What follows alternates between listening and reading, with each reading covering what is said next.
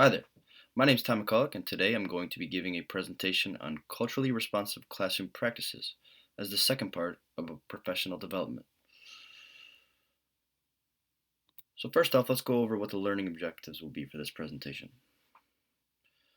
They are to understand what culturally responsive practices are, to identify specific CRPs and determine which would be best utilized in your classroom, and to understand why it is important for student success to implement these CRPs in our classrooms. So why should we use culturally responsive practices?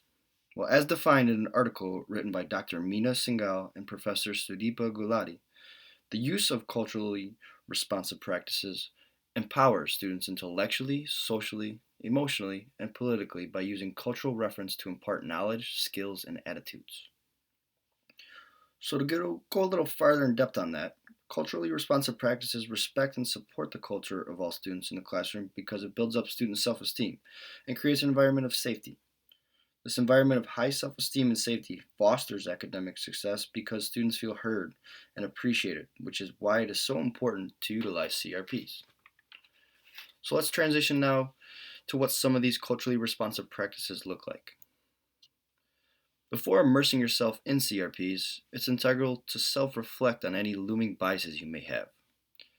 It can be helpful to reach out to a respected colleague as well to see if they perceive any potential biases you may possess.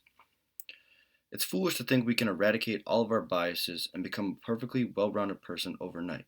But being cognizant that we have biases and making a concerted effort not to allow them affect our jobs as teachers is a great step in the right direction. Acknowledging our biases is important, but understanding our students is far more important in regard to culturally responsive practices.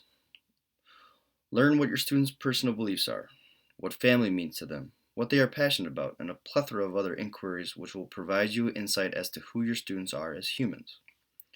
This information can easily be gathered through icebreakers, bell ringers, and exit tickets, which can be done quickly but will give you critical data on how you can culturally enrich your classroom for your specific students. After collecting all of this information about your students, the logical segue would then be to incorporate it somehow within the classroom and curriculum. This leads us to CRP number 2, culturally conscious content. The materials utilized in class should reflect your students' culture when applicable, because learning standards and curriculum demands don't make it possible sometimes.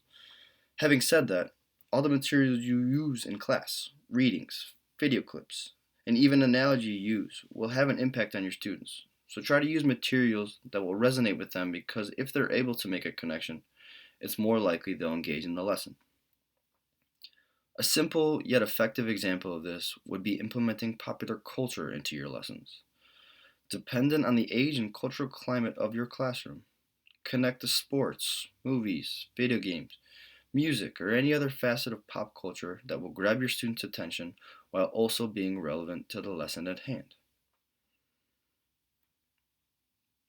The third and final culturally responsive practice we will look at is family and community involvement. A student's family and community greatly contribute to their culture, so it therefore makes sense to involve them in a culturally responsive classroom. This can be as basic as asking questions or conducting activities that will get students sharing about who their family is and what their community looks like.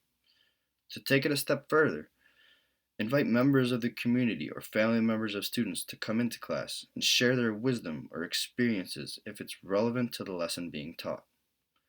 An example of this would be to have somebody's grandpa come in to, let's say, a history class to provide his personal experience serving in the Air Force during the Vietnam War.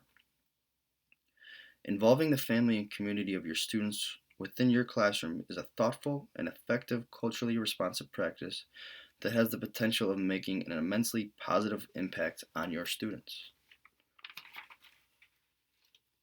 So before we finish up, I want to open up the floor to you guys and answer any questions you may have about this presentation. Additionally, I'd like to pose a question to all of you. Based on the culturally responsive practices we covered in this presentation, can you think of any other CRPs? And if so, how would you implement them in your own classroom?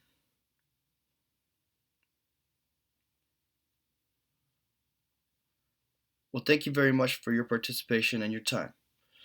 For those of you who are inclined to conduct some individual research on this topic, I've included a slide of the sources I utilized for this presentation.